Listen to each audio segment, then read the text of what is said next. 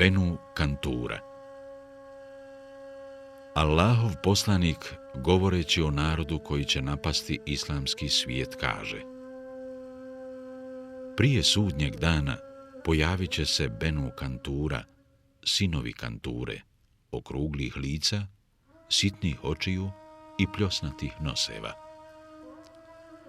Neke historijske knjige govore da su to Mongoli.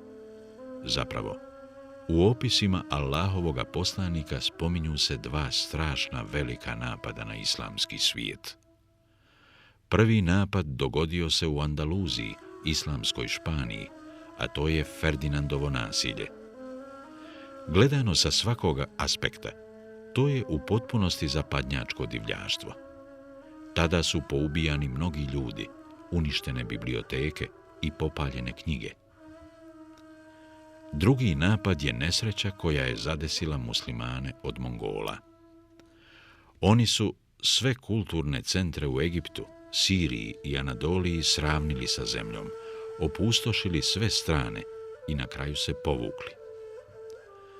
Ovim vijestima koje se tiču sudbine ummeta Allahovoga poslanika, on je privukao pažnju i kao da je htio kazati: kada sljedbenici Muhammeda sallallahu alejhi ve sellem zasluže da se kazne, Allah dželešanuhu upotrijebi nasilnike i njima ih urazumi.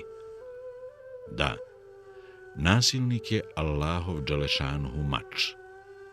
Najprije se njime drugima osveti, a zatim se okrene i njemu se osveti, odnosno ni nasilnik nema koristi od nasilja.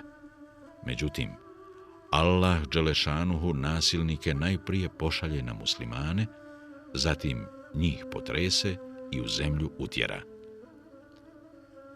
Da bi se sačuvali od jednog tako lošeg kraja, Allahov poslanik upozorava svoje sljedbenike i u vidu savjetovanja predlaže im da se čuvaju od dijela koja privlače Allahovu dželešanuhu srdžbu. Zbog toga ih obavještava o nesrećama i belajima koji će se dogoditi, i to opisujući ih.